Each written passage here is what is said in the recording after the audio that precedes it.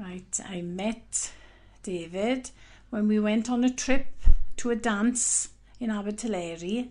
His friend organised the trip and took his girlfriend with him, and I went on my own, and I come back with David because I sat on his lap in the bus because somebody took my seat. We courted for quite a few months, and then he was called up to go to the army. He was in this country for a few months, but then he went to Egypt for 15 months, and I never seen him for 15 months. And when he came home then, we started our courting again, and we got engaged. And he didn't believe that I was going to wait for him when he was in the army, but I did.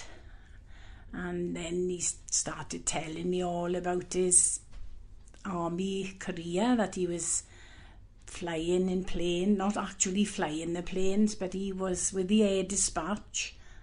Well, we got engaged, and we were engaged for about 2 years, and we were saving up to get married. Then when we actually got married, we lived with his mother for about a year. We had 2 rooms with his mother.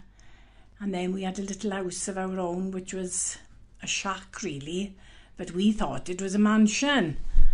But Dave, being handy with the DIY, done a lot of work on it. And we moved down to Abertwysog, where we live in now. And I never ever thought we'd be married for 50 years. But we've been very happy. And we had 2 children, 2 boys. And when we had our 50th anniversary, we had a fancy dress party. And 3 years on again, we are still happily married, but our health is starting to fail us now. But thanks to care and repair, we've had some jobs done, like handrails and things like that. And we still intend having work done with care and repair. We're going to have some decorating done. We are having attendance allowance now, all because we had a phone number of a friend about having handrails fitted. And when they came to do the handrails, they done a good job, and Jane came and asked us if we were having attendance allowance. And I told her no, that I didn't know anything about it then. So Jane got the paperwork out, filled it in for us, and luckily we had a phone message to say we'd been awarded the full attendance allowance.